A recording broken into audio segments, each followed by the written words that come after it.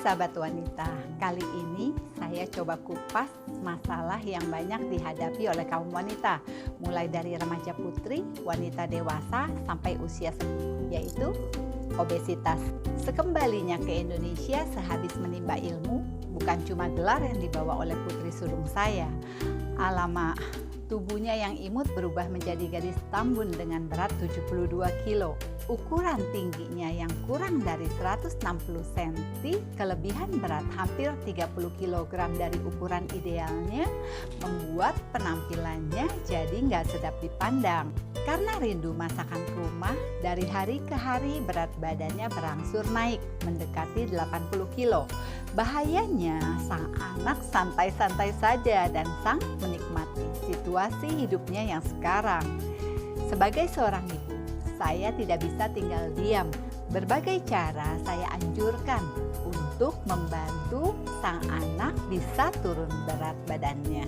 Dari akupuntur, suntik, minum obat-obatan pelangsing.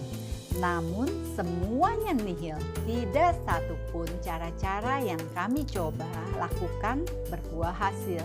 Suatu hari saya bersama kedua orang putri saya mengunjungi launching sebuah buku. Di sana kami bertemu dengan sahabat-sahabat lama saya.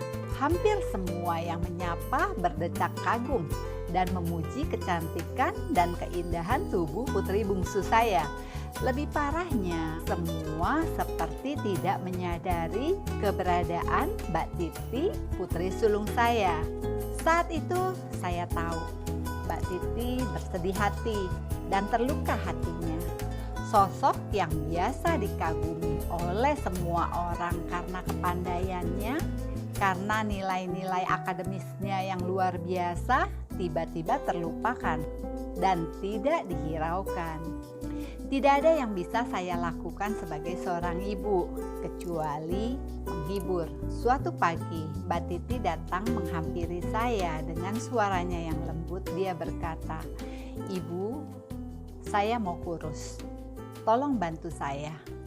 Singkat cerita, dalam waktu 3 bulan, Mbak Titi berhasil menurunkan berat badannya sampai di angka 53 kilo. Dalam kasus ini, rasa tidak dihargai dan tidak dianggap sakit hati menjadi motivasi kuat Mbak Titi untuk sungguh-sungguh melakukan diet sehingga bisa turun berat badannya.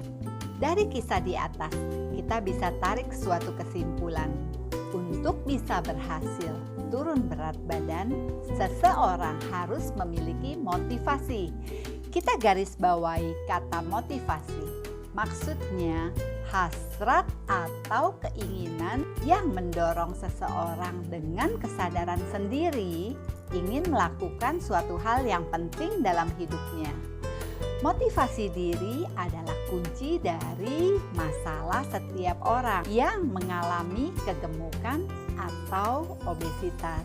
Setelah motivasi kalian dapat dan kalian punya tekad bulat untuk turun berat, kita bahas hal-hal yang harus kalian lakukan supaya proses diet dan turun berat bisa berhasil. Yang pertama, kita mulai segala sesuatu dengan perlahan. Ubah gaya hidup Anda setahap demi setahap. Misalnya, biasanya kalian makan 1 piring nasi. Mulai dengan kurangi 1/4 bagian dari yang kalian biasa makan.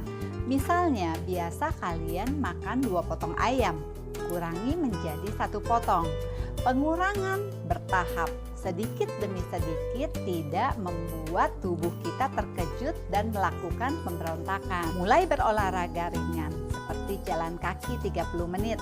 Jangan langsung kalian angkat beban atau berlari 5 km. Kalian akan kelelahan, sakit, dan akhirnya give up.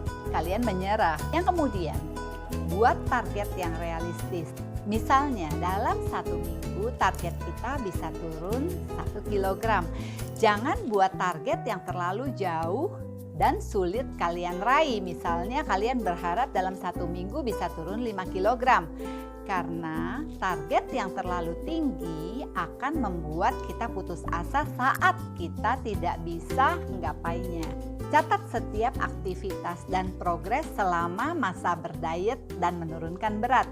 untuk menjadi bahan evaluasi ke depannya. Kemudian, cari teman untuk berdiet atau berolahraga. Selanjutnya, kita bisa juga ikut kelas-kelas olahraga, misalnya Zumba, aerobik, olahraga-olahraga ringan lainnya yang kalian sukacita melakukannya, di mana kalian bisa membakar kalori secara lebih intens.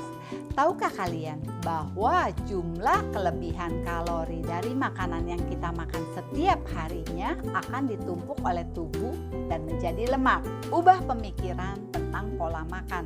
Dengan berdiet bukan berarti kamu tidak makan sama sekali atau berpuasa. Usahakan tetap makan teratur per 3 jam supaya usus kalian tidak tidur dan tidak malas. Makan secukupnya, bukan sekenyangnya. Kurangi gula dan lemak yang mengakibatkan bisa berkembangnya penyakit di tubuh kita. Bila kalian minta bantuan ahli untuk membantu kalian turun berat, misalnya tusuk jarum, atau tindakan-tindakan medis bertanggung jawab yang bisa membantu kalian, boleh-boleh saja. Tapi satu poin yang melekat menempel dengan apapun yang kalian lakukan adalah jaga mulut. Karena jumlah asupan kalori yang masuk ke dalam tubuh kita memegang peranan penting untuk keberhasilan suatu diet. Beri reward atau penghargaan untuk setiap keberhasilan. Misalnya, minggu ini kalian berhasil turun 1,5 kilo. Beri reward pada diri Anda sebagai appreciate dari hasil kerja keras dan komitmen yang sudah Anda lakukan. Misalnya sejak berdiet, Anda nggak pernah lagi makan bakmi ayam kesukaan Anda. Nah, kali ini kamu boleh makan bakmi itu sebagai reward, tapi jangan hilaf, makan setengah porsi supaya keinginan dan nafsumu akan bakmi tersebut terpuaskan. Remaja ingin mempunyai tubuh yang langsing dan cantik semata untuk penampilan fisik. Ibu-ibu muda juga kepingin langsing untuk tetap bisa disayang suami. Sedangkan untuk wanita dewasa dan sepuh seperti saya yang umurnya sudah merangkak ke angka 60 tahun atau lebih, menjaga pola makan, berdiet supaya bisa tetap hidup sehat dan bisa hidup lebih lama. Tidak ada usaha yang dilakukan dengan sungguh-sungguh kembali dengan sia-sia. Semoga tips ini bermanfaat. Sampai ketemu di tips mama yang selanjutnya.